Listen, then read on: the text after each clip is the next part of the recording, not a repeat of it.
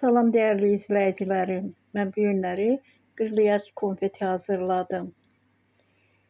Birinci qazana 2 stəkan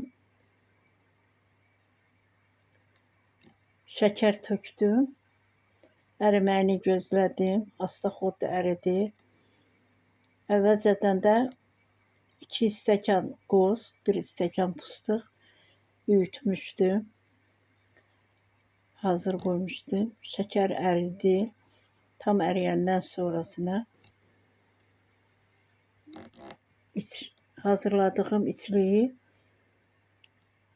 karamelin içərisinə töküb biraz qarışdırdım. Yaxşı qarışandan sonra az yağlanmış xırda padumsa yağ çəkdim pambıqla ya da nazik salvetka ilə çəkirsiniz, şəkər üzərinə tökəndə yapışmasın. Sonra o soyuq havada biraz qurudu. Quruyandan sonra üzərindən bir şeylə əzirsən, sonra blenderdən xırdalayandan sonra çəkdim onu. Əgər istəməsəniz blenderlə əl ilə də əzib yumşalda bilərsiniz.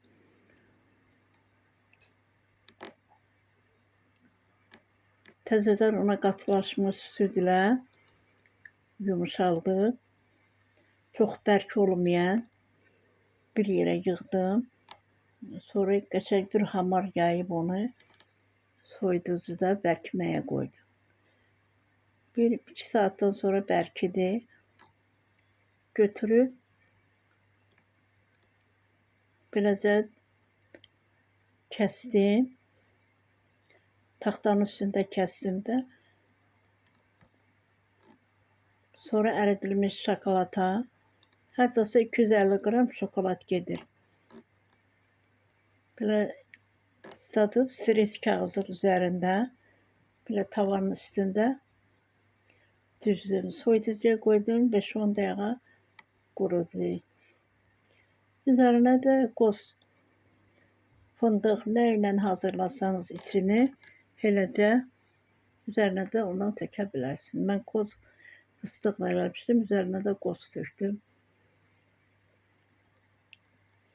Hazırlayan hər kəsə nuş olsun. Afiyet, bal şəkər olsun. Süfrənizin yaraşığı, çayınızın, ağzınızın dadı. Hazırlayan hər kəsə nuş olsun.